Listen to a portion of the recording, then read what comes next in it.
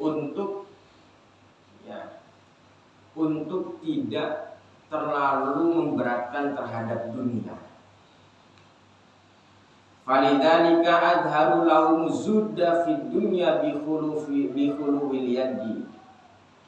Maka dari itu banyak di antara mereka menampakkan sifat zuhudnya di dalam dunia bi khuluwil yadi, dengan cara mengosongkan tangannya dari dunia. Wa nahauhum anit tabassuti fid dunya, dan mereka melarang bermegah-megahan hidup di dalam dunia. Kenapa? Khaufan alaihim ayyadkhulu fi mahabbatiha. Mereka khawatir kita terjebak nanti menjadi orang-orang yang cinta dunia. Fala yahtaduna ba'da dzalika. Kalau kita sudah terlalu mencintai terhadap dunia, fala yahtaduna, maka kita termasuk orang-orang yang tidak mendapat petunjuk dari Allah Subhanahu wa ta'ala. Lil khuruji an hubbiha wal muzahamati 'alaiha. Mereka menampakkan gaya hidup zuhud di dalam dunia, keluar menjauh dari mencintai dunia dan menjauh dari berebut terhadap dunia. Itu para sahabat dan para tabi'in. Fa innal kamilina la yushghiluhum 'anillahi ta'ala syai'un fil kaunaini. Karena sesungguhnya orang-orang yang sempurna, orang-orang yang sedang mendekatkan dirinya kepada Allah Subhanahu wa ta'ala, mereka tidak disibukkan sedikit pun dari perkara dunia yang dapat mengganggu terhadap ibadahnya. Bikhilafil qasirin, berbeda terhadap orang-orang yang ceroboh, orang-orang yang tidak mementingkan terhadap kehidupan akhirat. Kalau orang-orang yang ceroboh, orang-orang yang tidak mementingkan kehidupan akhirat, mereka akan tergila-gila dan akan selalu mengejar terhadap dunia. Fasallim ya akhi likulli man tarahu mutajammilan misyabi minal qaumi illa in khifta ala atsba'ihi ayyatsba'uhu ma'al jahli bimaqsidihi. Maka selamatlah kamu wahai saudaraku terhadap orang-orang yang kamu lihat menggunakan, memakai pakaian yang bagus, kecuali jika kamu khawatir terhadap pengikutnya, terhadap jamaahnya, terhadap santri-santrinya, padahal mereka tidak mengetahui maksud daripada gurunya dengan menggunakan pakaian-pakaian yang bagus. Jadi di sini dijelaskan, kalau kita melihat ada seorang guru, ada seorang sufi menggunakan pakaian bagus, mobilnya mewah, rumahnya mewah, ya, maka kita jangan dulu mengikuti mereka seperti itu.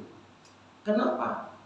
Karena maksud dari mereka, maksud daripada guru kita seperti itu dengan kita ini berbeda. Kadang kita memakai pakaian bagus, ini cuma menikmati dari bagusnya pakaian itu. Kita memakai mobil mewah,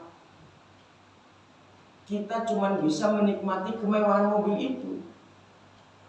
Bahkan gak sedikit dari kita yang menggunakan pakaian mewah, mobil mewah, akhirnya sombong.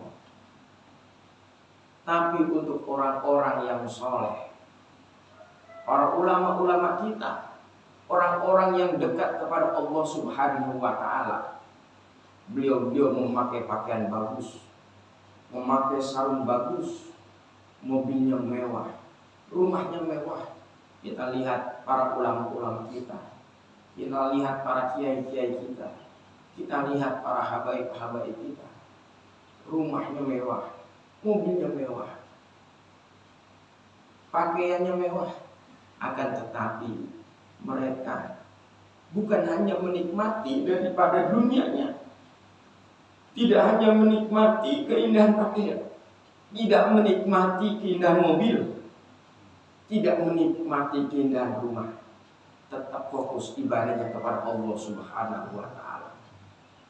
Sama Pak, yang pernah saya contohkan, saya disuruh megang gelas, diajak muter-muter ke mall. Biar kata di mall ini banyak barang-barang bagus, branded, barang-barang mewah. Karena saya diperintahnya buat jaga air yang ada di dalam gelas, ya saya fokusnya kepada gelas itu. Bagaimana caranya biar air nggak pada jatuh, begitu. Mereka ulama-ulama, orang-orang yang soleh, biar kata rumahnya mewah, mobilnya mewah, pakaiannya mewah, tapi mereka tidak fokus terhadap barang-barang dunia itu. Yang mereka fokuskan tetap ibadah munajat kepada Allah Subhanahu wa Ta'ala. Berbeda dengan kita, Pak. Kita mah pakai pakaian bagus, pakai sarung bagus, ya, jalannya udah miring, biar pakaiannya dilihat, biar sarungnya dilihat. Kita punya mobil bagus, udah pengennya bawaannya muter-muter aja keliling komplek, biar dilihat itu mobil baru, mobilnya dia. Nah, yang seperti itu kita harus hati-hati. Ya, kita jangan mudah meniru gaya hidup, ya, gaya berpakaian, berpenampilan guru-guru kita, ulama-ulama yang sufi. Falaka antanhahu an dzalika khaufan an talamidatihi. Maka kalau kita melihat seorang guru yang seperti itu, kita boleh mengingatkan, mencegah, melarang. Kenapa? Khawatir nanti ditiru sama jamaahnya, khawatir diikuti oleh murid-muridnya. Gitu. Au ta'murahu bi ayyakula lahum la taqtadu bi fi husnil malabis wal manakihi wal maraqib. Atau kita bilang kepada dia, jangan ikuti aku di dalam memakai pakaian, di dalam menikah, di dalam berkendara. Atau andaikan ada seorang guru yang bergaya hidup mewah, yang seperti itu, ya kita boleh memberikan masukan, kita boleh mengingatkan, guru, mohon maaf, sepertinya saya belum bisa mengikuti gaya hidup seperti guru. Guru mah biar kata mobilnya bagus, mobilnya mewah, rumahnya mewah, tapi guru tetap bisa fokus, bisa bermunajat kepada Allah. Biar kata guru duitnya banyak, tapi tetap guru nggak pernah ninggalin musola, nggak pernah ninggalin masjid, nggak pernah ninggalin pengajian. Saya mah duit dikit aja nggak mau ngaji, apalagi saya punya duit banyak, tambah jauh dari musola, dan begitu. Nah, bisa juga begitu. Jadi la taqtadu bi fi husnil malabis. Gitu. Kalau ada seorang guru yang begitu, nah, seyogianya guru, kalian jangan ikuti aku dulu di dalam gaya berpakaian, di dalam pernikahan, di dalam berumah tangga. Fa inna hadza laysa lakum al-ana, karena hal itu belum saatnya kamu lakukan. Nah, wa hadza in wujida dzalika min halalin min malin halalin wa illa fal inkaru ala dzalika syekh wajibun fafah. Jadi kita boleh ingkar, kita boleh enggak mengikuti gaya hidup seorang ulama yang katakanlah gaya hidupnya bermewah-mewahan, bermegah-megahan. Kita boleh tidak mengikuti gaya hidup beliau. Kenapa? Karena kita belum makomnya, karena kita belum kelasnya. Itu pun kalau kita tahu yang beliau pakai itu adalah uang harta hasil halal. Tapi kalau yang kita tahu ternyata uang itu uang haram, nah maka kita wajib ingkar terhadap gaya hidup seperti itu. Contoh misalnya bapak lihat saya, atau bapak lihat teman bapak, ibu lihat teman ibu, kok itu orang tasnya cakep-cakep, itu orang bajunya cakep-cakep, itu orang kainnya cakep-cakep. Saya gak mau ikut dulu karena bukan kelasnya. Bisa jadi mereka pakai barang-barang megah, barang-barang mewah, tapi tetap fokus ibadah kepada Allah, tetap gak ninggalin musola, tetap gak ninggalin masjid. Barangkali kalau saya dikasih uang banyak, saya bakal ninggalin musola, saya bisa ninggalin masjid. Nah kita boleh begitu tuh. Kita boleh gak ngikutin gaya hidup yang seperti itu kalau kita tahu dia adalah pakai duit halal. Tapi kalau kita tahu dia pakai duit haram, maka kita wajib ingkar. Kita wajib nggak ngikutin gaya hidup mereka. Kenapa? Karena gaya hidup mereka didasari dari uang yang haram. Summa la yakhfa anna zahidina ma zahadu haqiqatan illa fi ma lam yuksa. Sudah jelas bahwasanya orang-orang yang zuhud itu adalah mereka tidak zuhud kecuali di dalam perkara yang belum diberi oleh Allah Subhanahu wa taala. Jadi orang-orang zuhud yang dicontohkan oleh para sahabat, oleh para tabi'in, oleh para ulama-ulama kita, mereka zuhud. Zuhud itu apa sih Ustaz? Zuhud itu kemarin tarkumaini ila dunya, meninggalkan kecondongan hati terhadap dunia, bukan meninggalkan dunia. Zuhud itu bukan berarti nggak kerja, bukan berarti nggak jadi pegawai, bukan berarti nggak ngantor. Zuhud itu ya kita boleh kerja, karena kerja itu bukan larangan dalam syariat Islam. Tapi yang dilarang itu adalah main kecondongan hati terhadap kerjaan itu, sehingga mengalah-ngalahkan segala-galanya. Nah itu yang tidak dibolehkan. Gitu. Nah mereka salafus soleh, orang-orang yang soleh itu, mereka zuhud terhadap perkara-perkara yang belum diberi oleh Allah Subhanahu wa taala. Jadi kan Pak, suatu perkara itu ada yang udah diberi nyampe ke kita, ada yang belum. Nah kalau yang belum Allah kasih ke kita, mereka zuhud. Mereka tidak terlalu mengharapkan, gitu. Tapi wa amma ma kusima lahum, kalau sesuatu perkara yang udah disampaikan ke kita, yang udah diberi ke kita, fala yasihu li ahadin az-zuhdu fihi bi ayyatrukahu, maka kita tidak boleh meninggalkan, tidak boleh zuhud dengan meninggalkan pemberian Allah Subhanahu wa taala. Contoh misalnya Pak, kita dikasih rezeki sama Allah, kita dikasih nikmat sama Allah, kita dikasih rezeki sama Allah, pagi-pagi kita dapat duit misalnya. Nah ini nggak boleh, jangan mentang-mentang enggak, gue zuhud, udah ini duit biarin taruh situ aja. Ini nggak boleh, nggak boleh kita tinggalin begitu saja. Bahkan itu uang harus kita manfaatkan, harus kita infakkan kepada jalan kebenaran.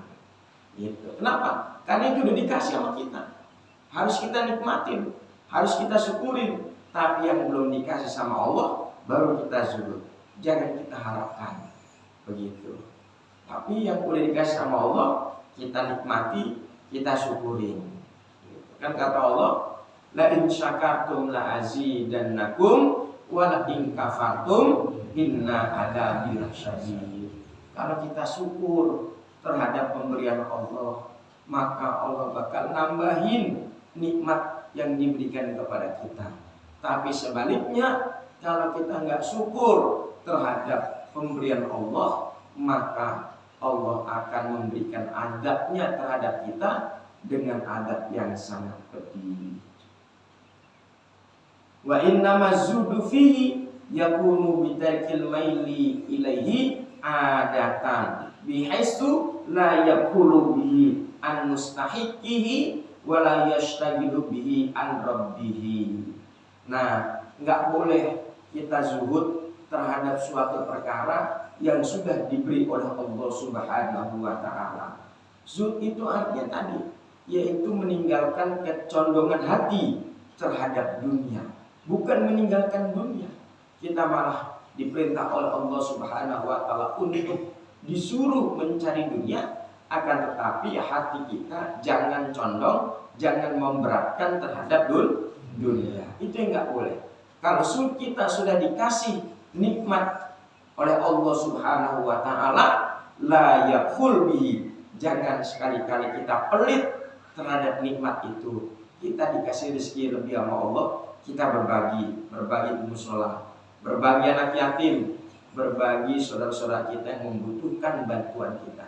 Jangan sekali-kali kita pelit, karena kata Nabi, al-bakhilu qaribum minan nar wa ba'idum minan nas. Orang yang bakhil itu dekat sama neraka, jauh sama manusia. As-sahi, orang yang baik itu qaribum minal jannah wa qaribum minan nas. Orang yang baik itu dia bakalan dekat sama surga dan dia bakalan dekat sama manusia. Wala yastagilu bi an rabbi, dan jangan dengan sebab nikmat yang telah Allah berikan kepada kita justru membuat kita menyibukkan diri terhadap nikmat itu. Misalnya Allah berikan rezeki, harta kepada kita lebih, kita malah menyibukkan terhadap harta itu. Pergi ke sono, pergi kemari, jalan-jalan, yang pada akhirnya kita semakin jauh dari Allah Subhanahu wa taala. Jangan sampai seperti itu maksudnya. Fa'lam dzalika ya akhi, maka ketahuilah akan hal ini wahai saudaraku. Jadi ini bab pertama mengenai istiqamah di dalam tobat dan mengenai tentang pentingnya arti zuhud. Gitu ya. Nah, inilah kajian kitab Minaus Samiyah. Berikutnya saya akan sampaikan tentang fikih kurban, Pak. Karena sebentar lagi Idul Adha.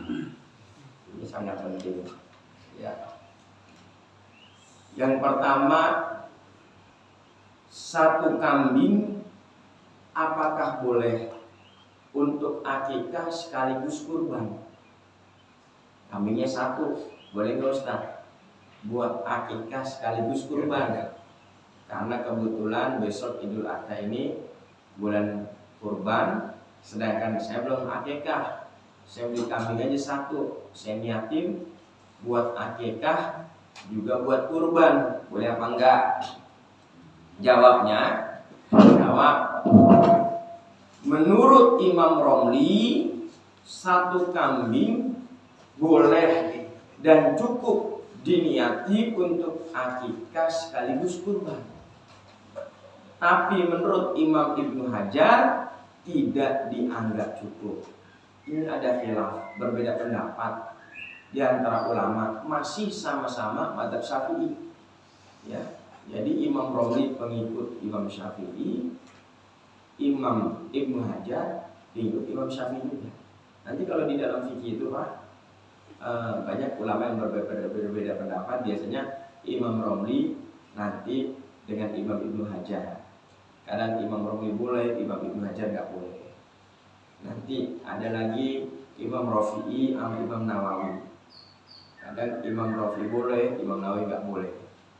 Tapi beliau sama-sama mengemukakan, mengeluarkan pendapat dan alasannya.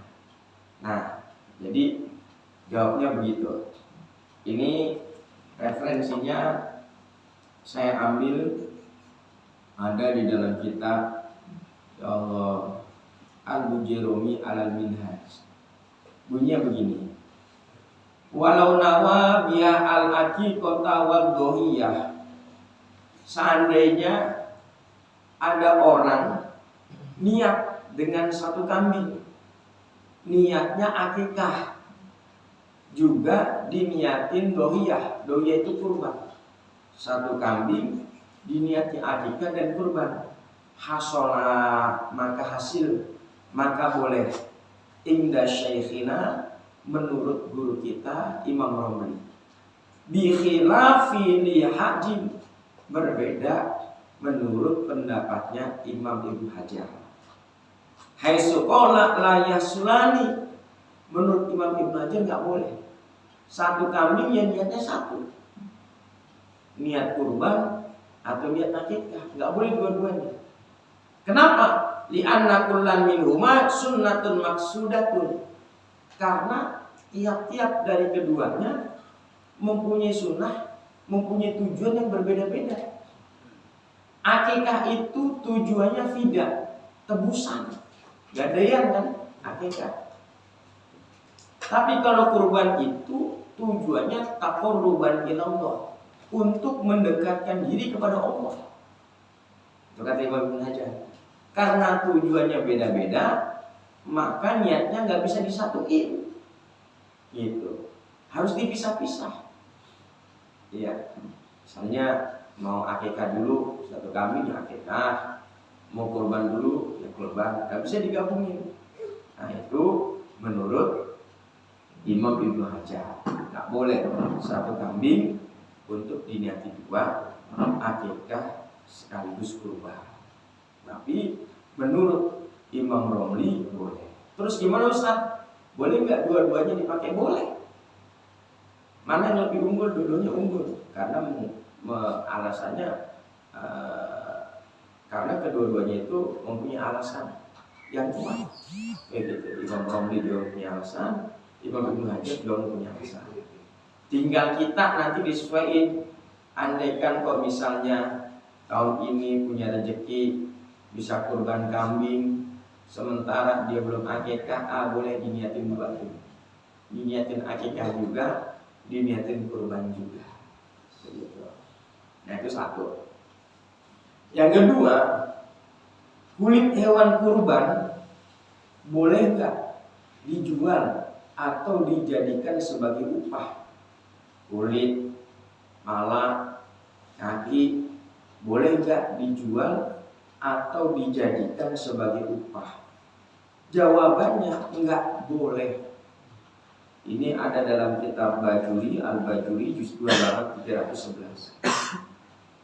Qauluhu wa la yabi'u ay yahrumu haram alal mudhahi, atas orang yang nyembeli, bai'u syai'in menjual sesuatu, minal udhiyati dari hewan sembelihan itu, ay min lahmiha dagingnya dijual enggak boleh, au sya'riha rambutnya enggak boleh, au jildiha kulitnya dijual enggak boleh.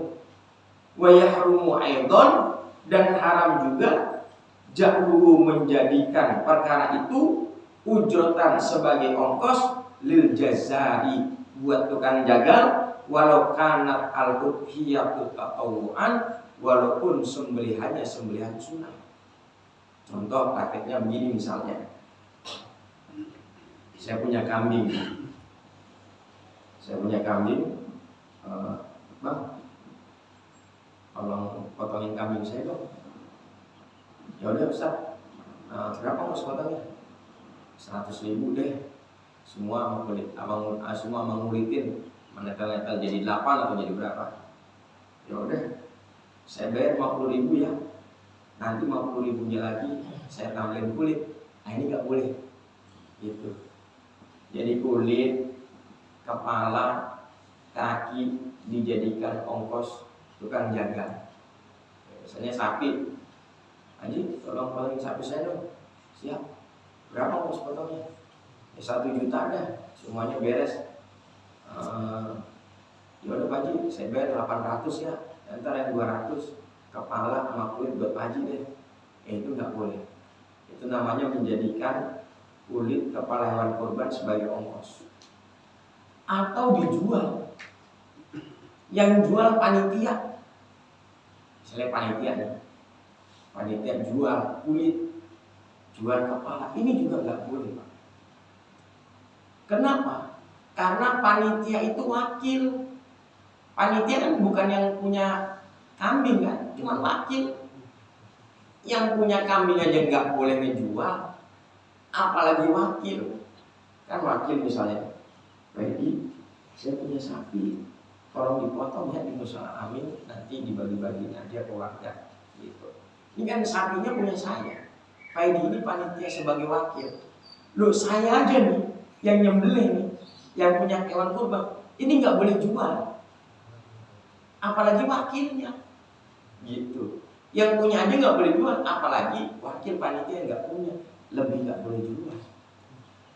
Nah terus bagaimana Ustaz? Praktek di kita itu kan Ustaz, yang namanya Idul Adha, motong kambing, motong sapi, kita manggil orang banyak, kita minta tolong. Kadang kita juga mikirin buat makan siang mereka, buat beli sabun, buat beli golok misalnya, buat beli ember. Ya, itu gimana Ustaz? Sementara kalau kita pakai dana kas musola, kas masjid, itu nggak bisa nutupin karena biayanya besar. Nah, andaikan uang dari kulit itu masih diharapkan oleh panitia kurban, andaikan uang dari kulit itu masih diharapkan panitia kurban, maka harus disiasati, dihelah, disiasati. Bagaimana siasatnya Ustaz? Boleh jual, tapi jangan atas nama panitia. Misalnya di sini ketua panitianya Pak Edi. Nanti dilihat Pak Edi, siapa di antara panitia yang fakir, yang miskin. Misalnya si A, si fakir miskin. Di Pak Edi bilang, si A ini dialamin ada sapi 5, kambingnya 20. Semua kulit hewan kurban saya kasih ke kamu. Begitu. Nah si A nih atas nama fakir, atas nama miskin, dia boleh menerima dan dia boleh jual. Ketika sama dia dijual misalnya dapat 2 juta, kalau dia mau ngasih ke panitia, ngasih balikin lagi ke Pak Edi, ini Pak Edi buat teman-teman, buat panitia 1.800.000, sah, boleh. Dia mau ngasih full 2 jutanya, boleh. Dia mau ngasih 1,5, boleh, karena udah milik dia, ketimbang yang jual panitia. Jadi panitia ini harus diserahkan dulu kepada fakir miskin. Bagusnya fakir miskin yang menjadi panitia, jangan fakir miskin orang lain. Kalau diserahin orang lain, dia cuma terima kasih sama dia dijual. Gitu. Cuma terima kasih doang dapatnya kita. Begitu. Ya misalnya kalau di sini ada yang ngaji kan ngerti nih. Kenapa dicari aja nih, mana yang fakir, mana yang miskin. Kasih udah. Nih. Nah, ingat ya kata Ustadz pengajian minggu subuh tuh. Maksudnya sih, iya. Maksudnya sih uangnya jangan semuanya gitu. Nah, itu kalau uangnya masih mau dimanfaatkan atau dibutuhkan atau diharapkan oleh panitia. Karena kan kulit itu kan Pak, kita manfaatinya orang susah, kita kasihin ke orang, kalau nggak bisa ngerebusnya juga kasihan, nggak bisa kan jadi mubazir dibuang. Kalau kita kasih orang nih, kita edarin misalnya 1 RT 1 kulit, ini dia kalau nggak bisa masak juga dibuang jadinya. Sementara kita panitia nggak boleh jual, karena bukan milik kita. Yang kurbannya aja tuh nggak boleh jual, apalagi panitia cuma yang dititipin. Nah siasatnya, andaikan uangnya masih diharapkan begitu, kasih dulu sama yang fakir miskin, jangan sama yang kaya. Karena kurban ketika dikasih yang kaya itu sifatnya diafah. Diafah itu suguhan. Suguhan itu harus dinikmati, nggak boleh dijual. Boleh dimasak kita makan, boleh kita kasihin ke orang, itu namanya diafah, suguhan. Tapi hewan kurban ketika kita kasihkan ke fakir miskin, ini sifatnya tamlik. Tamlik itu kepemilikan. udah milik saya, terserah saya. Mau saya jual boleh, enggak saya jual boleh. Begitu. Jadi dicari mana di antara panitia yang fakir dan miskin. Nanti ketua panitia bilang, nggak mesti disaksiin, berdua juga nggak apa-apa. Udah sini. Ini sapi ada 5, kambing ada 20. Nah, semua kulitnya saya angkatin, saya serahin ke kamu ya. Begitu. Oh iya siap. Ntar dia yang jual. Dia jual, saya laku 2 juta kayak tadi tuh. Mau dia kasih ke panitia lagi balikin. Kan kadang kalau dia panitia di situ juga Pak, dia mau jual, uangnya dia makan sendiri juga dia pasti nggak enak. Gitu. Kan yang capek bukan gua doang, banyak teman-teman kan gitu. Dia pasti nggak enak. Pasti ya, ini buat makan siang, ini buat beli sabun, ini buat beli ini gitu. Dia ngasih juga. Tapi terserah dia mau ngasih 18 boleh, atau 9 boleh, semuanya boleh. Tapi itu sah, gitu. Berjualnya bukan atas nama panitia, tapi atas nama fakir miskin yang udah dikasih ke panitia. Nah, itu tentang kulit, kepala, kaki hewan kurban. Kemudian ada lagi, Ustaz, boleh nggak sih kurban niatnya buat orang yang udah meninggal? Begitu. Misalnya saya punya orang tua Ustaz, saya pengen